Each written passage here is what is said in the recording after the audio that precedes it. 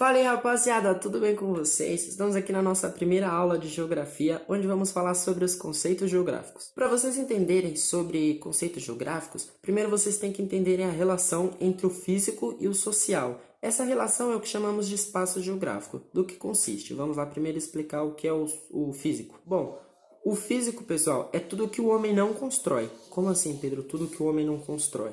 A vegetação, por exemplo. O homem ele consegue alterar a vegetação? Com certeza, o homem ele consegue alterar a vegetação, mas o homem ele não constrói essa vegetação, tudo bem? Ele consegue fazer construções e tudo mais.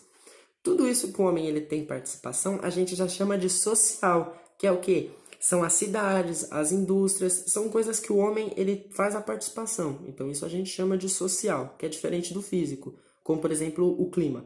O clima ele é considerado físico porque o homem ele consegue alterar o micro, que seria o clima de uma cidade, de uma casa, né? Colocar um ar-condicionado e tudo mais.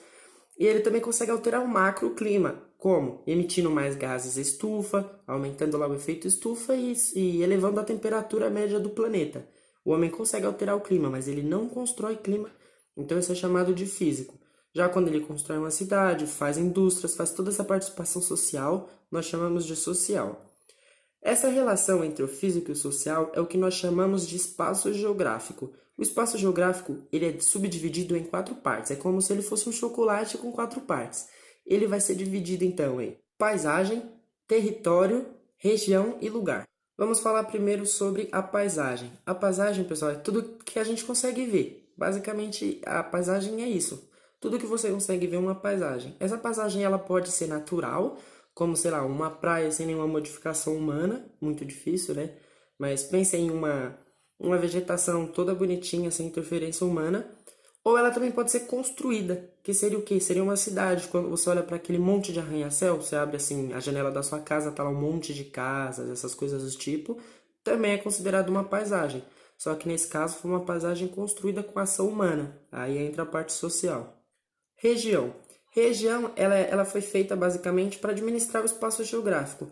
Como assim? Um território ele vai ser dividido em regiões para facilitar a administração. Aqui no Brasil, por exemplo, temos diferentes estados, né?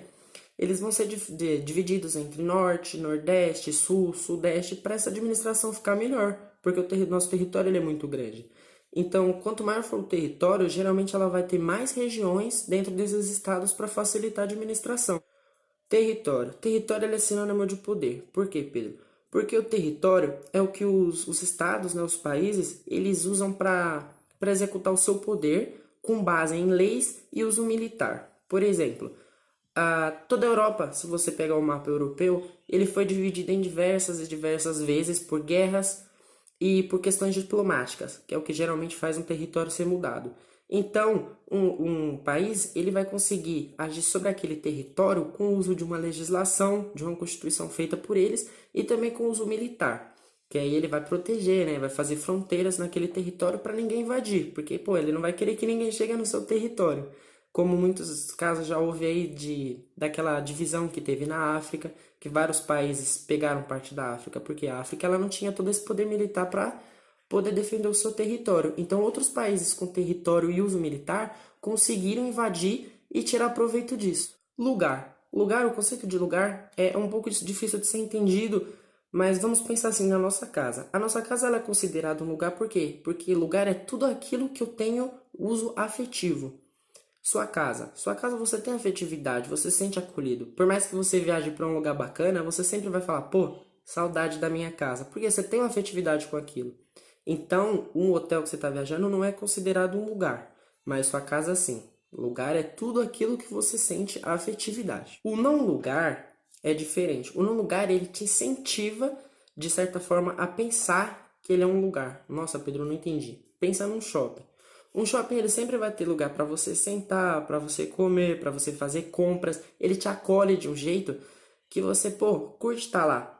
Ele vai te forçar uma certa afetividade para você comprar. Então, geralmente os não lugares, eles vão fazer toda essa questão de afetividade para você comprar. Eles estão a serviço de um consumismo, basicamente. Então, eles tentam forçar uma afetividade com vocês para uso de comércio e coisas do tipo, mas ele não é um lugar.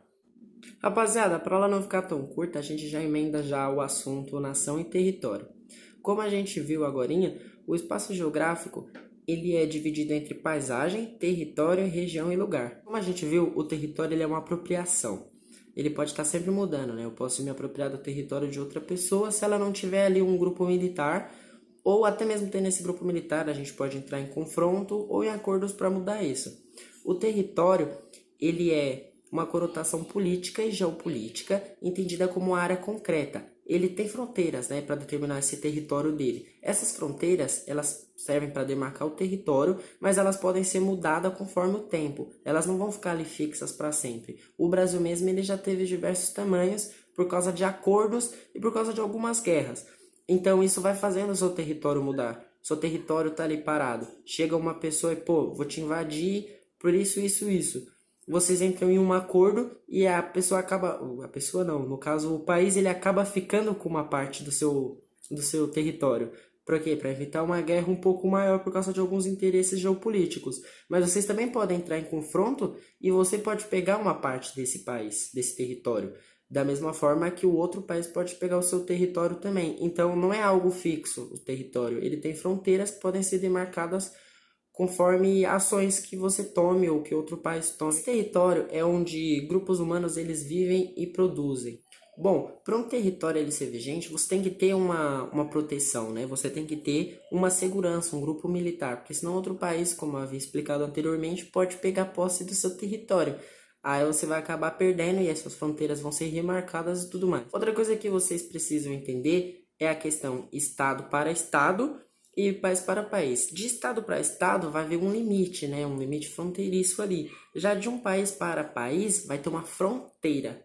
É diferente. Quando você invade uma fronteira de outro país, você já está entrando em outra constituição e você vai ter que arcar com tudo que está vigente na lei daquele outro país. De estado para estado, geralmente não muda muita coisa. Só muda a região, a área administrativa. Bom, o estado ele é validado por um conjunto de normas, ou seja, ele é validado pela sua fronteira, pela sua constituição vigente e pelo seu grupo militar. Estado-nação. Vamos falar um pouco sobre o Estado-nação. O Estado-nação, ele tem soberania sobre um território, mas ele terceiriza. Como assim ele terceiriza? Ele terceiriza a propriedade, ou seja, eu estou aqui na minha casa. Essa casa ela está sendo terceirizada. Eu paguei sobre esse território, aí você vai pagar todos os impostos sobre esse lugar. Porém, o território ele não é seu, ele é do Estado-nação. Você só vai pagar por isso. Você vai pagar lá o preço pelo território, vai pagar os impostos, porque foi terceirizado para você, mas continua sendo território do Estado-nação. O território nacional é uma construção histórica, né? Ele é tudo que o país tem, e ele é conquistado, ele é mudado. Isso é com o passar do tempo. Você pode ter conquistas, pode ter tratados, isso vai mudando, né? Aquilo que eu expliquei no começo lá, que seu território ele depende de uma fronteira, mas se outro país invadir, você perde seu território, você também pode conquistar territórios, você pode fazer acordos ou guerras, isso vai mudando totalmente o seu território.